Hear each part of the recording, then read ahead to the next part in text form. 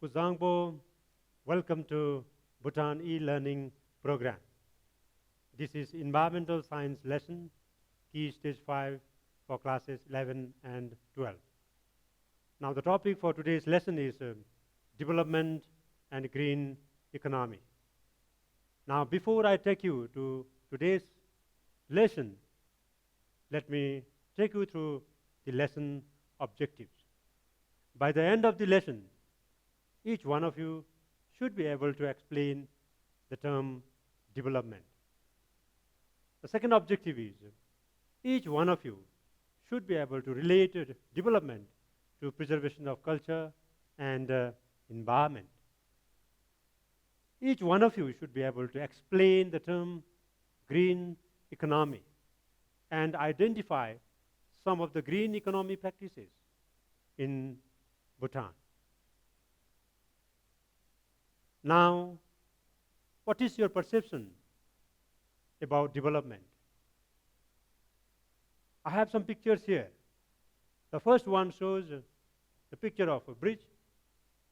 The second one, building. The third one is an industry. And the fourth one is the road. Now, let us see development in depth. So, is this all about development? Or are there other areas where we need to focus when we talk about a developmental process? So let us go into depth and see what development is. According to World Bank, development is a multi-dimensional process which involves transformation in structures, attitude, and institutions, as well as the acceleration of economic growth, reduction of inequality, and eradication of absolute poverty. And when we go through this definition, we can clearly know that development is not only construction of buildings, construction of roads, development of industries and factories, and so on.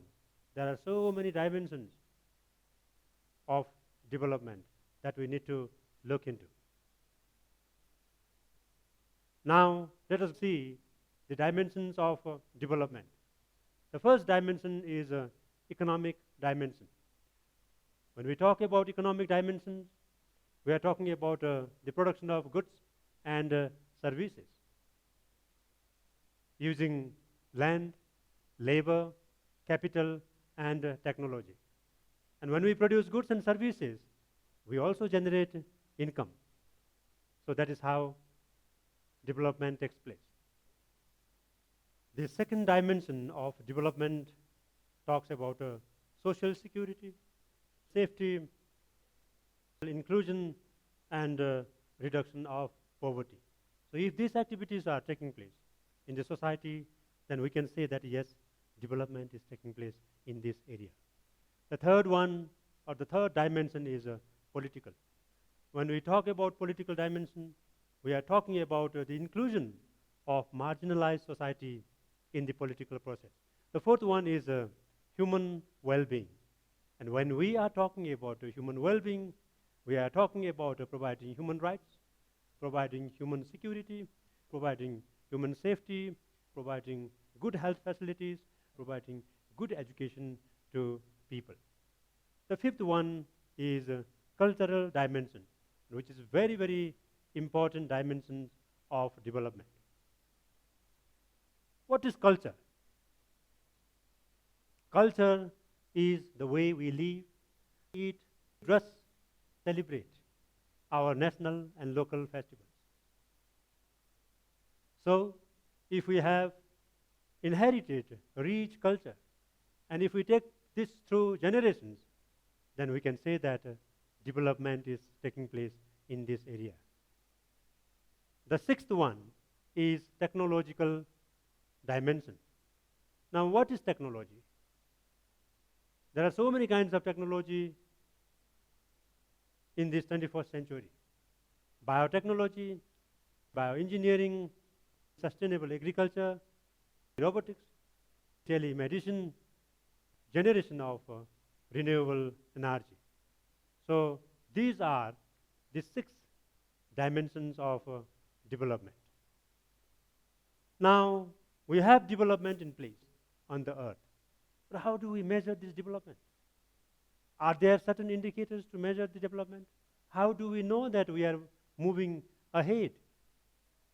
So there are certain indicators to measure the development process. And these are known as developmental indicators.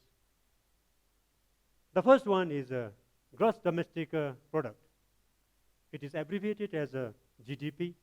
The second one is gross national income, which is abbreviated as GNI. And the third one is Human Development Index, which is abbreviated as HDI. Now, my dear students, I will take you through each one of these indicators. The first one is GDP. Now, what is GDP? It is the total amount of goods and services produced within the boundary of a nation at a given time. I'm saying at a given time because it is calculated on yearly basis, and it is compared to the past years, just to see whether we are moving forward or not. GDP is equated as consumption plus investment plus government purchase plus net export. Now let me explain each one of these components. What is consumption? It is the total spending made by households for purchasing goods and services for their basic needs. The second one, investment, is the total spending in goods and infrastructure, which can be used in future to produce more goods and services. The third one, government purchase, the total spending made by the government to purchase goods and services at a national level as well as at a local level.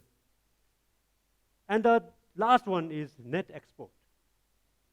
It is the difference between the value of goods exported outside the country and the value of goods imported into the country. Now, when we find the difference between the value of goods exported and the value of goods imported into the country, we get a figure. And in economic term, it is known as balance of trade. We have discussed about the GDP. Now let us move into another indicator, that is gross national income. Now what is gross national income? It is the amount of goods and services produced within the boundary of the country plus income received from investments outside the country minus income payment to other countries. Now GNI is equated GDP plus net income received abroad. Now what is this net income received from abroad? We have our people working outside.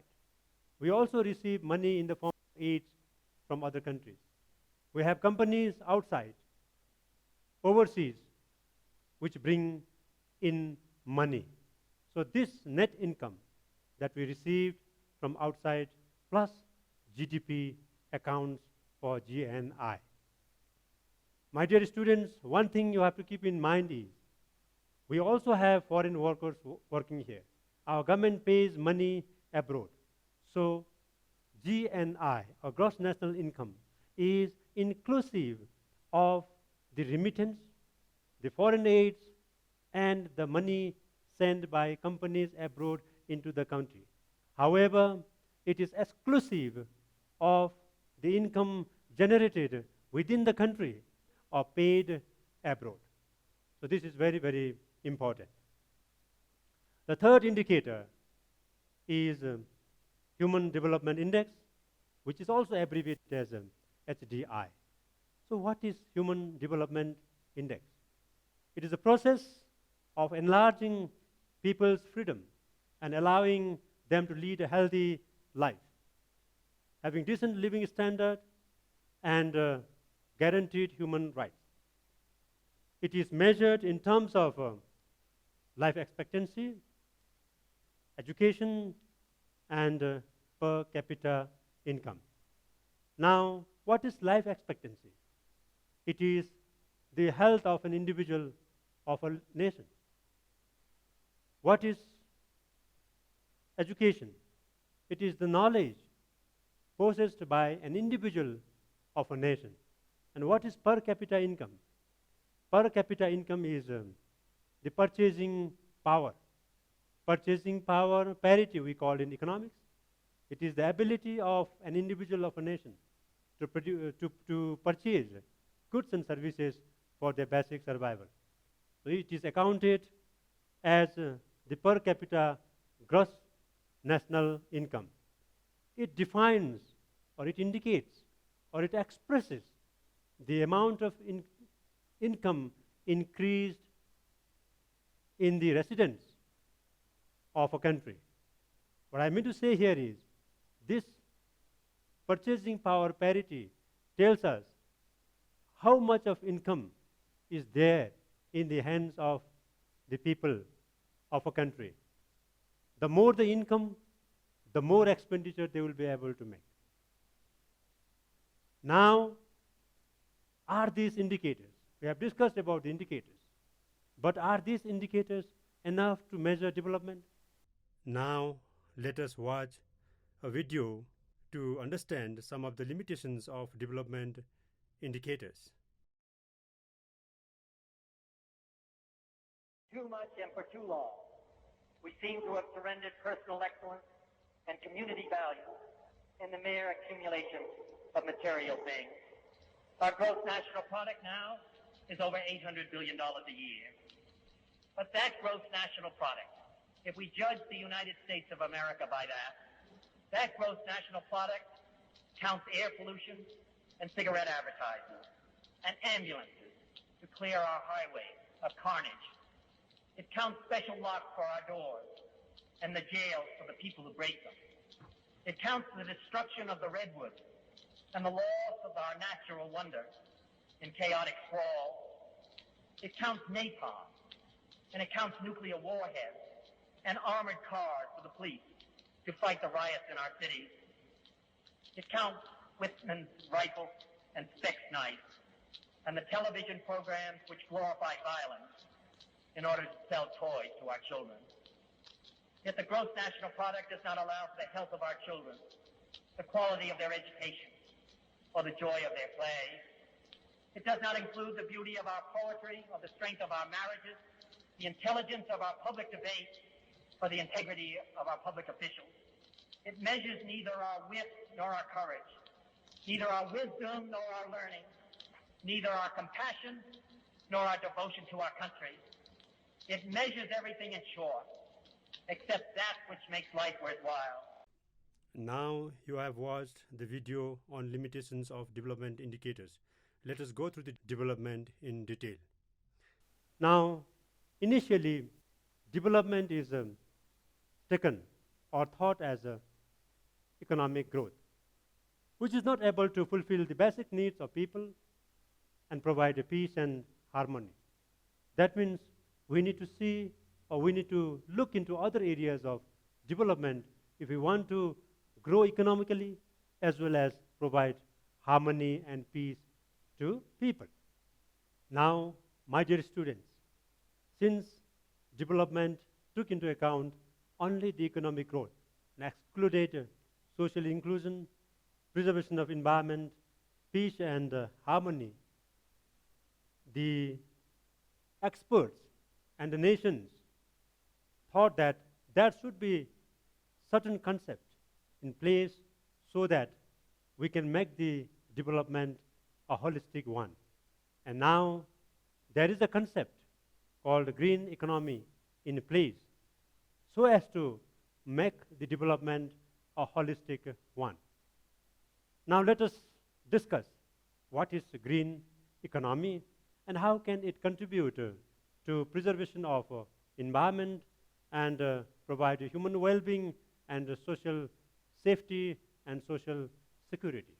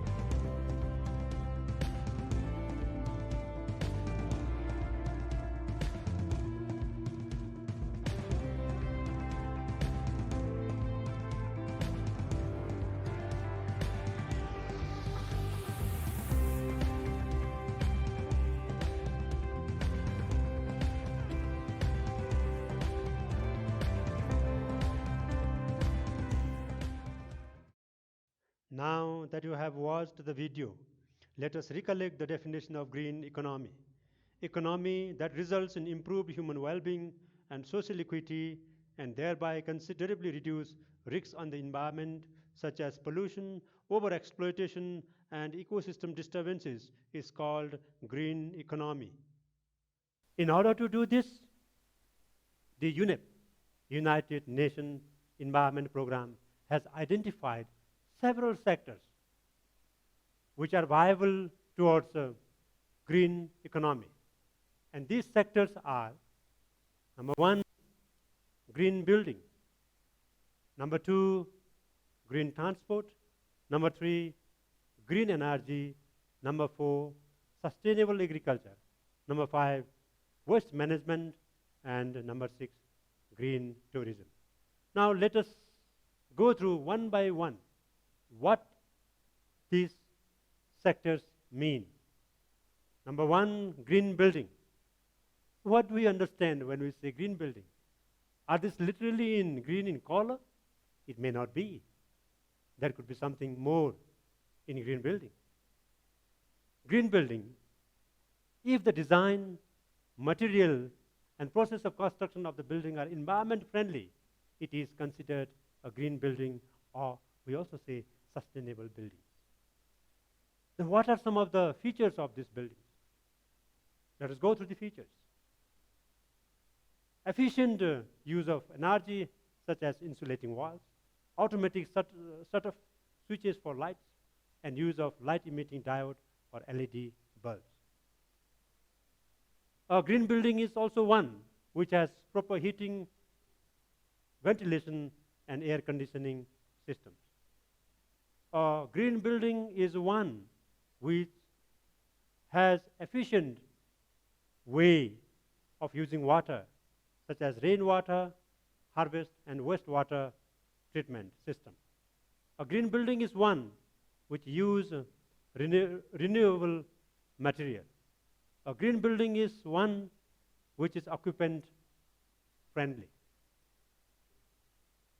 Now the second sector that could contribute to green economy is green transport. Now transportation is essential for the development of society and economic growth. However, we know that because of the increasing number of vehicles, today we have traffic jam, lot of problems in cities. The vehicles and automobiles, they emit greenhouse gases which are responsible for climate change. They also emit nitrous oxide, particulate matters, which causes several diseases. The construction of transport facilities also involves huge cost.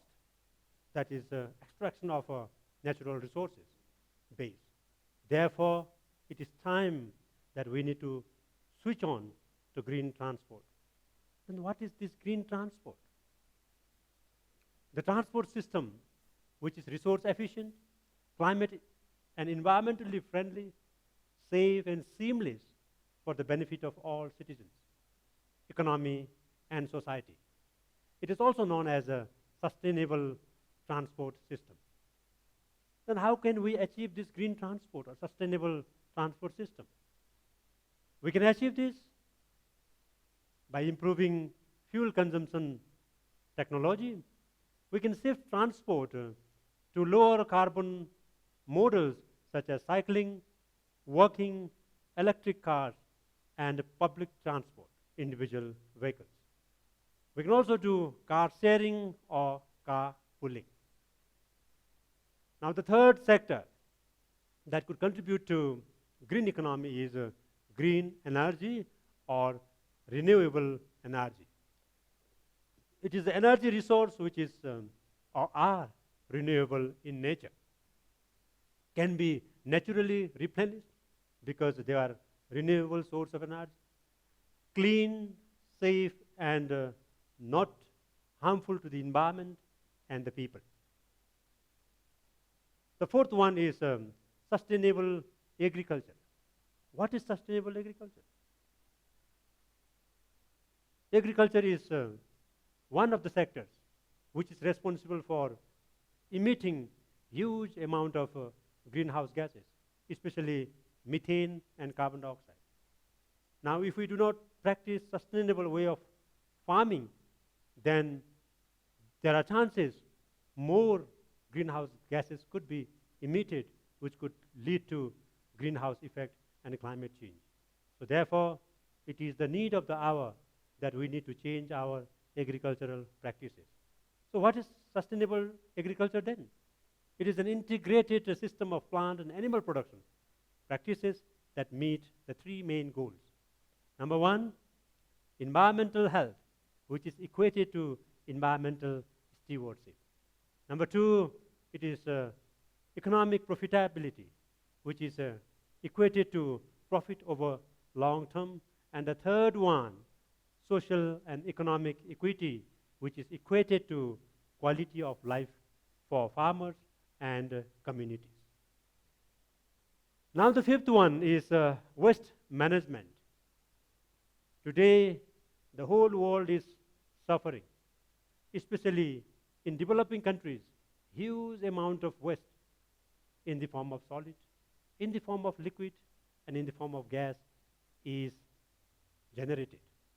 And this waste has economic, social, and health cost. It acts as a liability all over the globe. And if we do not take care of this waste, then certainly there will be big problem. However, on the other hand, if we properly take care of this waste, it itself can generate huge amount of income. The waste that we generate can be converted into viable source of energy, and it can be used. So we must take action now. So what is waste management then? It includes activities and actions required to manage waste from inception to its final disposal. Sixth sector is green tourism. Tourism, if it is not regulated properly, it is responsible for generation of a huge amount of waste. It is also responsible for emitting greenhouse gases. Tourism consumes a huge amount of water. Tourism can destroy ecosystem.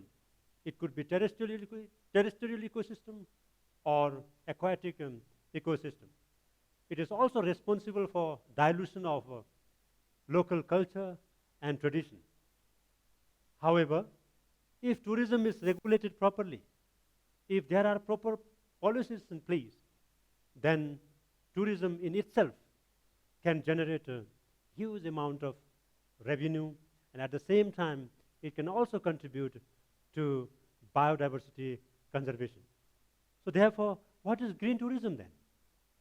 Tourism that respects the environment and the local community, and as well as making good profit margin without negatively impacting local people and the environment. So here, if the tourism is regulated properly, then it can provide job to local people, it can lead to generation of income, and also at the same time, it can also protect the biodiversity. Now, my dear students, let us move to some of the green initiatives or green economy initiatives in Bhutan. The first one is green policies. There are so many policies developed in our country in order to meet this goal, in order to meet this concept called green economy. The first one is Forest and Nature Conservation Act, 1995. We also have Waste Prevention and Management Act, 2009. We have Biodiversity Act of Bhutan, 2003. We have Green Public Procurement, GPP, in place in order to meet this concept called green economy. Our constitution mandates 60% of the country's land under forest cover at all times to come. So we have all these policies in place in order to move towards a green economy. Other initiatives include sustainable hydro and wind generated electricity, high value, low volume tourism, promotion of organic agricultural products, promotion of environmentally friendly business are some of the steps taken by our government in order to go green. Now, in conclusion, we have discussed development to be considered as a holistic approach and not a unilateral one, which does not talk only about economic growth, but development should also talk about the environmental conservation and human well-being and social security. We have discussed dimensions of development, that is economic, social, political, human, cultural, and technological. We have also discussed about the indicators of development, GDP, GNI, and HDI. We have discussed, my dear students, about the green economy and the sectors, viable sectors contributing to green economy. Now with this, at the end, I have two questions for you to explore. The first question is, how does green economy contribute towards human well-being, social inclusion, and environmental sustainability? The second question is, discuss the opportunities and challenges of our government's plan in encouraging green transport system. With this, thank you and stay safe. I will see you in the next